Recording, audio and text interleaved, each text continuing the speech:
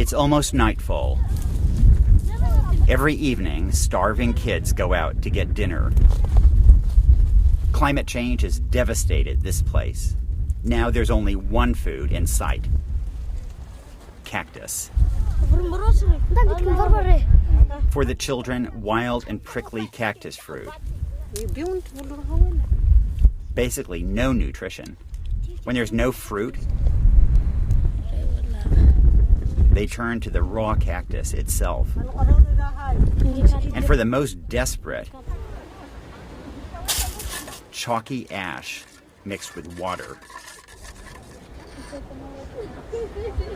So where does our next president stand on climate change?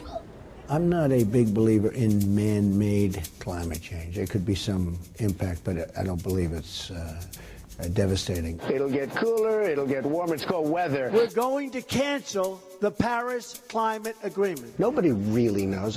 Look, I'm somebody that gets it. And nobody really knows. It's not something that's so hard and fast. I'm Nicholas Kristof in southern Madagascar.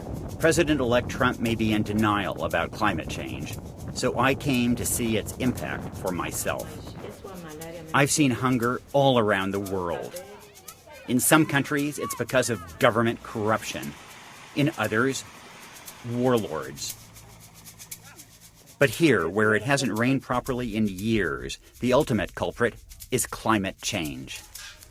And the West's myopia and passivity about climate are destroying lives across a belt of drought-afflicted southern Africa.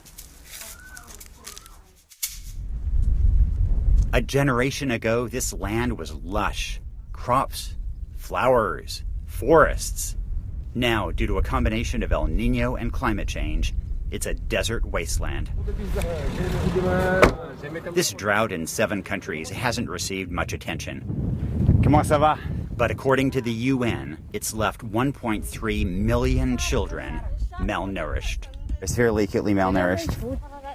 By a huge margin, severely acutely malnourished. Severe acute malnutrition. You see that his arms are like sticks.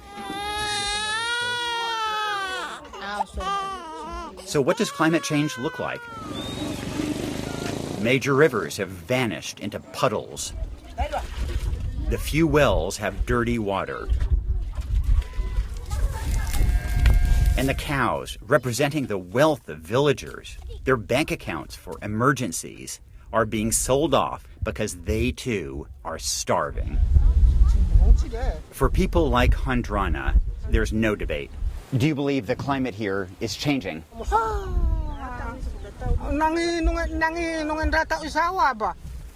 Hondrana has 6 grandchildren. All of them are malnourished. None has ever had a bath. She's 76 and says this drought is unprecedented.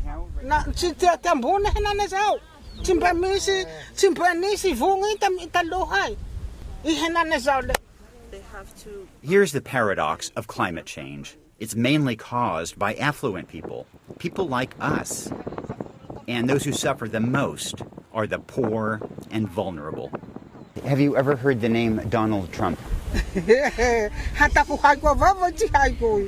believe actually you know more than he does about some things because you understand that climate change is happening. Hondrana is one of the lucky ones. In another village, I met Fokandraza and his brother, Voriavi. A year ago, their parents left to find food and jobs. Call them climate orphans. Have you eaten today? Have you drunk water today?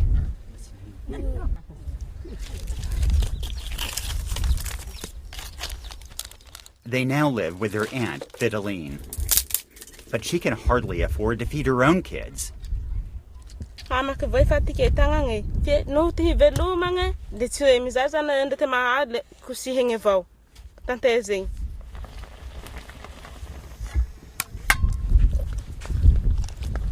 With severe acute malnutrition, these boys are at risk of dying. Voriavi can't stay awake during our interview. But I don't blame the aunt. The situation is more my fault than hers.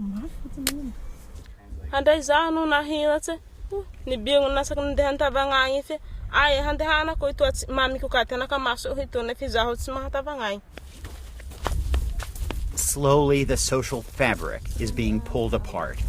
There are millions of kids just like Fokandraza and Voriavi. Their trauma runs deep. It'll carry over and impede growth for generations to come. At most schools, kids are dropping out to scrounge for food. But before I left, I stumbled upon a bit of hope.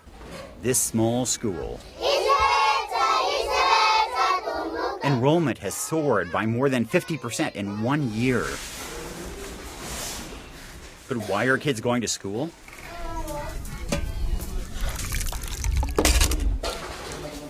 To eat. The World Food Program offers free meals. I've seen these school feeding programs all over the world. And at 25 cents per day per child, they fight starvation and keep kids in school.